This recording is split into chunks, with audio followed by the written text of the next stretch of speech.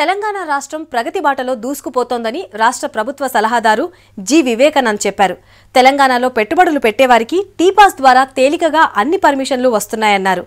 America పర్యటనలో భాగంగా తెలుగు అసోసియేషన్లు ఏర్పాటు చేసిన కార్యక్రమాల్లో వివేక్ పాల్గొన్నారు.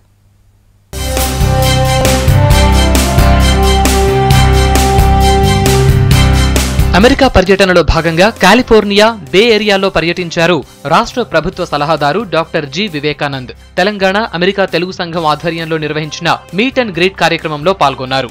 వివేక్ తో పాటు విశాఖ ఎండీ శ్రీమతి సరోజకు టాటా ప్రెసిడెంట్ ఝాన్సీ రెడ్డి ఘన స్వాగతం పలికారు. టాటా రీజనల్ ఆర్వీపీ అప్పిరెడ్డి అనపరెడ్డి ఆధ్వర్యంలో యూత్ మెంబర్స్ తో ర్యాలీ జరిగింది.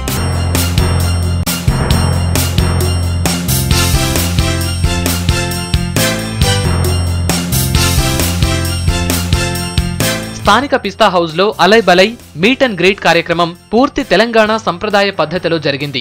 ఈ సందర్భంగా ప్రభుత్వ సలహాదారు వివేక్ దంపతుల్ని ఘనంగా సన్మానించారు టాటా సభ్యులు. భారత్ లో పారిశ్రామిక రంగంపై ఎన్ఆర్ఐలు దృష్టి పెట్టాలని, రాష్ట్ర అభివృద్ధికి తోడ్పడాలని పిలుపునిచ్చారు డాక్టర్ వివేక్.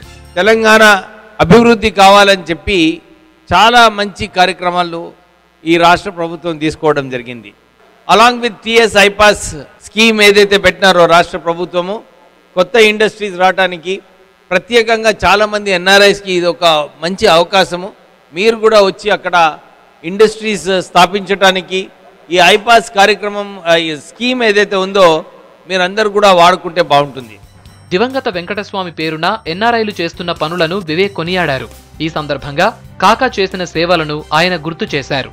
ఈరోజు చాలామంది మా నాన్నగారు వెంకటస్వామి గారిని గుర్తు చేసుకొని వాళ్ళందరూ కూడా మా నాన్నగారు ఏదైతే 1969 ఉద్యమంలో అరెస్ట్ కావడము, అప్పుడు హాస్పిటల్లో పోలీస్ ఫైరింగ్లో హాస్పిటల్లో జాయిన్ అయిన తర్వాత 2 నెలలు వారు హాస్పిటల్లో ఉన్నారు. మళ్ళీ దాన్ని లింక్ చేస్తూ నన్ను కూడా తెలంగాణ అజిటేషన్లో రైల్ రోకోలో అరెస్ట్ చేసినప్పుడు యాక్చువల్లీ మా డాటర్ వెడ్డింగ్ 3 days ముందే నేను అరెస్ట్ కావడం జరిగింది.